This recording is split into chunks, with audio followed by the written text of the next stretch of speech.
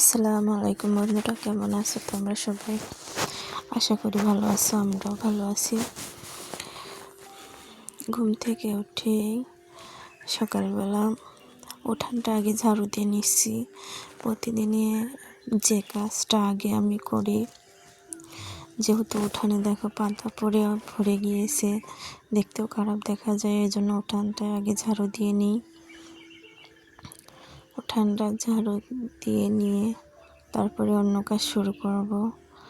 আমার ছেলে খুব অসুস্থ, এই জন্য ওকে আমার শাশুড়ির কাছে দিয়ে তারপরে আমি কাজ শুরু করলাম। ওকে কালকে ডাক্তার দেখাতে নিয়ে যাব। এখানে গ্রামের ডাক্তার দিয়ে দেখানো হয়েছে, তারপরেও কমছে না, এই জন্য শহরে নিয়ে যাব। নিয়ে গিয়ে ভালো বড় ডাক্তার দিয়ে দেখাবো। খুবই অসুস্থ, দেখা যাক কী হয়। দেখো পাতা, এত পরিমাণ পাতা পড়ছে, যেহেতু শীতের প্রায় শেষের দিকে গাছে যেই পাতাগুলো আছে সবই এখন পড়ে নতুন পাতা আবার কুশি গজাবে, এই জন্য এই পাতাগুলো পড়ে যাচ্ছে। এই কলের পাটটাতেই বেশি পড়ে। ঝাড়ু দিয়ে তারপরে হাত মুখ ধুয়ে অন্য কাজ শুরু করব। দেখো ঝাড়ু দেওয়ার পরে উঠানটা মানে পরিষ্কার পরিচ্ছন্ন, কত সুন্দর দেখা যাচ্ছে। এই উঠানের উপরে অনেক বড় বড় গাছ আছে। এখানে এই সাইডে, উঠানের এই সাইডে আলু গাছ লাগিয়েছে, আর এগুলো হচ্ছে বেটি শাক, অনেক বড় বড় জাতের। দেখো এক একটা গাছ কত বড় হয়েছে, অনেক বড় হয়েছে এক একটা গাছ। এখানে একটা বড়ই গাছও হয়েছে, ভাবছি এটা রেখে দেব, বড় হবে, ফল হলে ফল খাওয়া যাবে। এদিকে ভাতটা বসিয়ে দিয়েছি। আজকে সকালে ভাত ইন্ডাকশনে বসিয়েছি। শাক ভাজি আছে, একটু চিংড়ি মাছের তরকারি আছে, ওটা দিয়ে আমার ছেলে মেয়ে খাওয়া হয়ে যাবে। আগে থেকে থালা বাসন মেজে ধুয়ে পরিষ্কার করে পানি ঝরাতে রেখে দিয়েছি। আর এদিকে ছেলের জন্য নুডলস রান্না করছি, যেহেতু কিছুই খাচ্ছে না, দেখি নুডলস খাই কিনা। পানি দিয়ে শুধু একটু সেদ্ধ করে নিচ্ছি। এদিকে নুডলসটা হয়ে গিয়েছে। তারপরে বিছানাটা গোছাতে আসলাম। জানালাটা খুলে দিলে এত সুন্দর হাওয়া, তারপরে রৌদ্র আসে, ঘরে কারেন্ট জ্বালানোই লাগে না।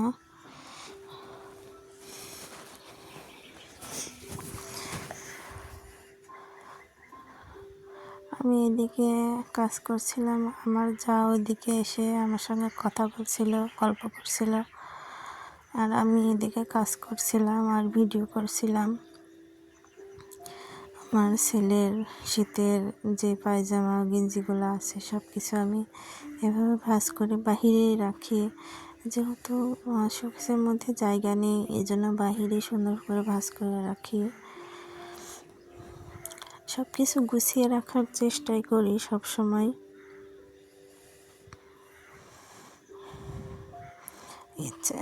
ইচ্ছা তো মানুষের অনেক কিছু থাকে, তবে অনেকে আছে যে টাকার অভাবে করতে পারে না, আবার অনেকে আছে টাকা থেকেও করে না। ইচ্ছা আছে কিছু আর্টিফিশিয়াল ফ্লাওয়ার্স নিয়ে আসবো, নিয়ে এসে হ্যাঙ্গিং শেলফ লাগিয়ে ওর মধ্যে রাখবো, দেখা যাক কী হয়। এখন হাতের অবস্থা ভালো, সেরকম টাকা পয়সা অবস্থা ভালো না, সেরকম টাকা পয়সাও নেই, একটু অভাবের মধ্যে দিয়ে যাচ্ছি। এই জন্য আর ঘর সাজানোর কোনো কিছুই কেনা হয়নি। এদিকে তোমাদের সঙ্গে গল্প করতে করতে আমি সব কিছু গুছিয়ে ঘরটা সুন্দরভাবে ঝাড়ু দিয়ে নিচ্ছি। আমার ছেলে মেয়ে অতটাও নোংরা করে না, আবার এলোমেলোও খুব একটা করে না।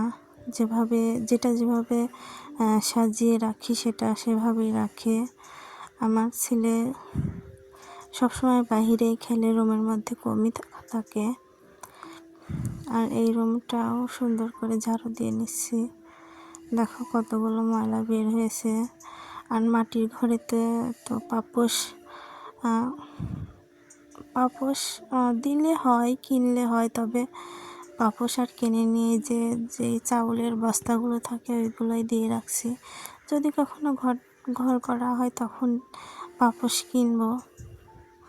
দেখো ঘর গোছানোর পরে ঘরটা কত সুন্দর দেখা যাচ্ছিল।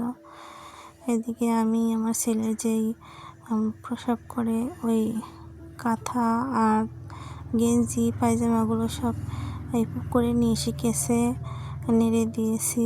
এই সাইডে এটা আমাদেরই পুকুর, তবে এটা বাড়ির পেছনে মাঠের সাইডে। এই যে এই রাস্তা দিয়ে আমার বাড়িতে যাওয়া লাগে। এই যে আমার ঘর, আর এটা আমার শাশুড়ির বাড়ি।